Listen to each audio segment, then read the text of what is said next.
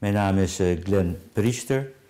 Ik heb hier een tentoonstelling georganiseerd met een heleboel kunstenaars. En het thema is dan onbegrensd, letterlijk en figuurlijk. Dus bijvoorbeeld als je een serie landschappen zijn er en dan zijn er kunstenaars die letterlijk over de grens zijn gegaan.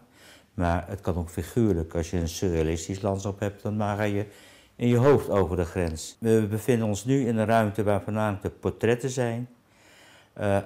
Achter mij ziet u dan een portrettenserie van Yuriko, een Japanse. De overgang van pasgeboren zijn en je moet dan beginnen als klein kind, als babytje, te gaan ademen. En dat is in feite ook een grens passeren. We zijn nu in de voormalige kas. En deze kas heb ik nu een hele hoop zand neergezet. Hoogplaat smeekt al heel lang om een schoon strand voor de dijk. De dijk bij uitstek een grens tussen water en land. En dat is dat prettig zijn als daar een schoon strand tussen ligt. Dit strand hier is 12 maanden per jaar bereikbaar en het is het schoonste strand van Nederland, omdat hij vol staat met kunst. En we hopen hier ook te zeggen dat zo snel mogelijk Hoogplaat zand voor de dijk krijgt. In deze kast zien we ook allerlei beelden die met zee te maken hebben. En meer kan ik wel zeggen, iedereen wat zee, zand, zout en water en lucht inhouden. En daar zijn die kunstenaars volop mee bezig. Dit zijn de landschappen van Maarten van Noort.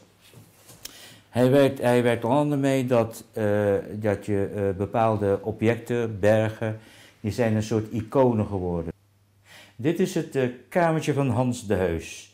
Hans de Heus is een miniaturist, calligrafeerd op perkament, echt het middeleeuwse werk. Toen is hij geëvolueerd van een miniaturist naar de 7 hoofdzonden. Dus hier de 7 hoofdzonden, 2 ervan, 4 heeft hij eraf. En dan is dan de bedoeling dat als het echt voltooid is, hij doet heel lang over zo'n werk, dat doe je niet zomaar 1 tot 3 op een achtermiddag, dan zal het waarschijnlijk ongetwijfeld een soort feestje worden. Helemaal passend ook bij de 7 hoofdzonden. Mirjana komt uit Sarajevo. Ze moest daar weg door de oorlog en is in Nederland uiteindelijk beland. Mirjana is een fotografe en een theatermaakster. Natuurlijk heeft Mirjana daar vriendinnen achter moeten laten in Sarajevo. En die heeft ze voor dit project opgezocht. En in 5 dagen heeft ze die vriendinnen dan gefotografeerd. Heeft ze besprenkeld met water. Dat water heeft ze opgevangen en dat verzameld in flesjes. En dan thuisgekomen in Nederland. Als ze dan heimwee heeft tussen die vrienden mist, dan heeft ze de flesjes en de foto's en dan zijn die vriendinnen toch weer bij haar. Dus dat is een manier om op een andere manier, ondanks dat er een hele geografische afstand is, een vriendschap te onderhouden.